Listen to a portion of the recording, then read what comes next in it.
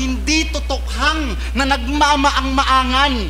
Paano manlalaban ang walang kalaban-laban? Tutok na tutok sa panonood ng Pornhub. Puro jakol, puro lolo, puro pagsasarili lang to sa bahay. Doon lang kasi sumasaya itong walang kalablay-plablay. Ang paggamit ng parody lines ay isa sa mga pinaka-effective na crowd pleasers sa flip-top. Madali kasi siyang mai-connect sa audience, lalo na kung yung original line ay somewhat trendy, iconic, or at least tumatak na talaga. Kaya pag gumagamit na ng parody lines ang mga MCs ay most of the time nakakakuha siya ng crowd reaction kasi nagiging kwela siya lagi. And of course, malaking bagay yung crowd reaction na yon para mabalanse yung performance nila or maaring maging boost para panghugutan ng more energy and confidence. Dati nang ginagawa ito pero hanggang ngayon ay ganun pa rin yung impact niya sa crowd. At saka convenient din yung technique na to kasi hindi talaga siya nagre-require ng ganung effort sa pagsusulat kumpara sa pagbuo ng komplikadong schemes or punchlines. Kumbaga magdadagdag ka lang ng humor dun sa original.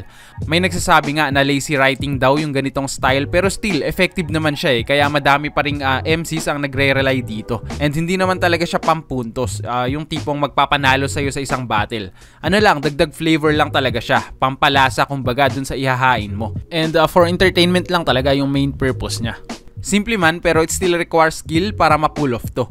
Mas bagay ito dun sa mga komedyante type na MCs kasi mas nalalaro nila yung pag-deliver tas mas nakakaisip sila ng witty punchlines.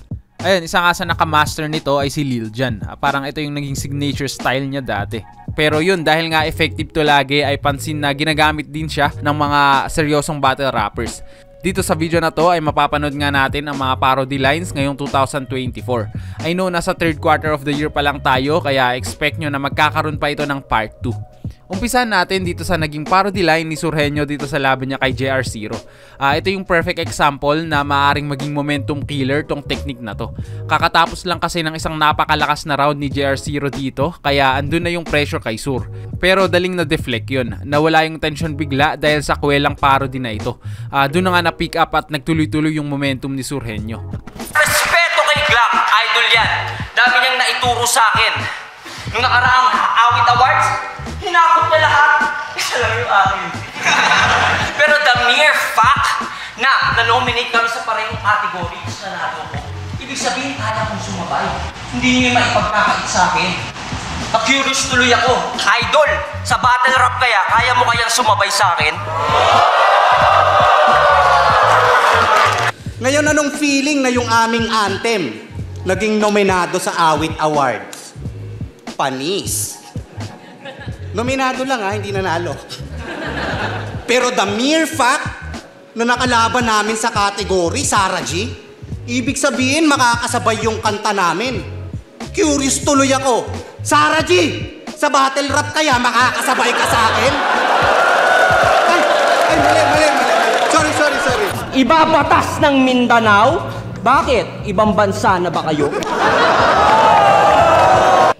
Tangina, sa amin na pagsikat sa inyo ang paglubog. Bakit?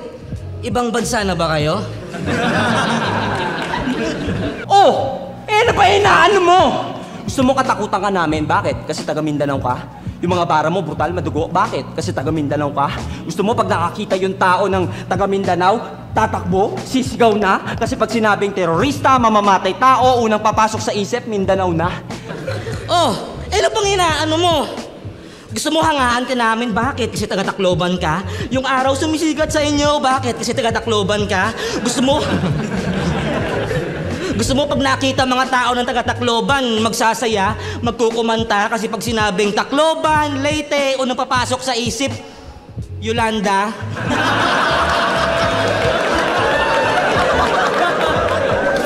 Isa sa mga recent flip-top memes ay ang wala akong pera na ngayon na nabuo ni Lipcram sa laban niya kay GL.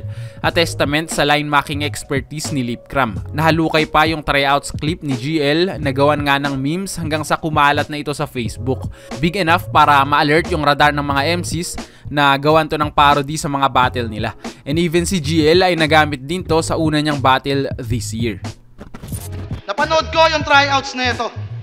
At ang sabi niya doon, ako'y bumabaon, bibigyan kita ng 1,000 para na ipamasahe mo doon. Joke lang yun, wala ako na pera na ngayon. Ako'y bumabaon, bibigyan kita ng 1,000 para na ipapasahin mo doon. Joke lang yun, wala akong pera na ngayon. Pero seryoso, malaki talaga respeto ko sa uprising. Magmula pa noon, mga alamat na sa flip top na aktibo pa rin hanggang ngayon. Nag-aambag at nagbibigay sa mga bagong henerasyon. Palakpakan natin sila mga chong. Joke lang yun, pakyo ka pa rin ngayon. Salamangka Magic, tanginan layo na Orlando. Joke lang. Joke lang yun. Wala na ako ribat na ngayon. Sa panununog ng halaman magsisimula ang ibolusyon. Ngunit sa maruhuyo na nanahan maglalabas ng ilusyon. Kung magbabalik banyaga maagnas ang tradisyon. Joke lang yun! Lala ko pera na ngayon! Kasi ako, si GL, tunay na ngalan, Gino Lopez. Isang rookie, galing Leyte, baguhan pa yung boses. At FYI, hindi ako teacher. Yung kurso, Derin Education. Ako'y may simpleng business lang, water refilling station. Kaya, wala akong pake sa premyo. Wala akong planong magkampiyon.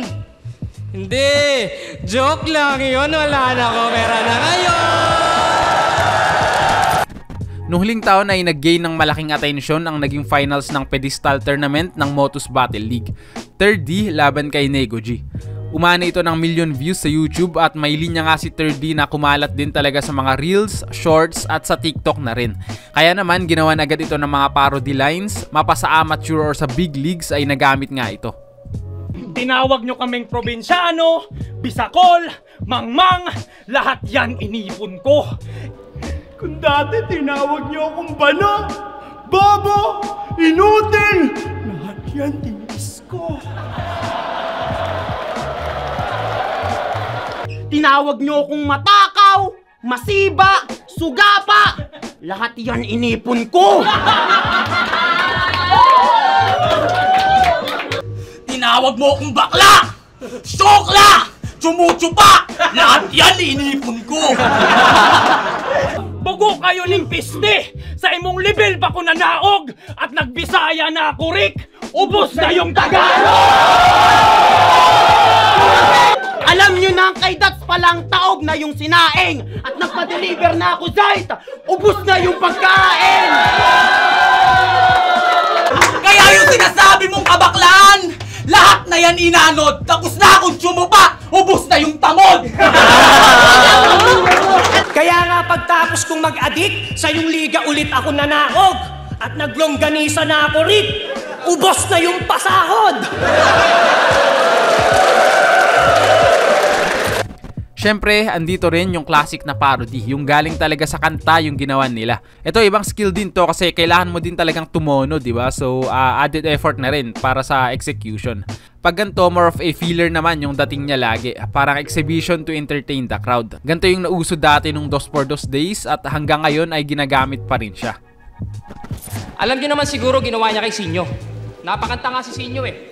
Tandang-tanda ako pa ng panahon ng tagtuyot. Tulog lang ako noon, biglang nabasa na yung kumot. Napadilat ako si G-Clown na aking kayapos. Basa ang kanyang suot, inamoy ko napakapalot. Remix, chik-chik-chik-chik-chik, tinitigan ko. Inihiang ko. Hanggang sa may nabasa na pagdilat ko. Laseng, kagap. Diba? Tapang mo'y huwad.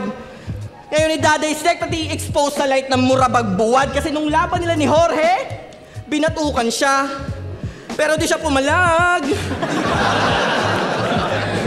Kasi daw professional yung lingkod, yung badeng. Kanyang head, parang bell na badeng. Bayot! Tinitigan ko. Nilapitan ko. Tangina, nakasabuto.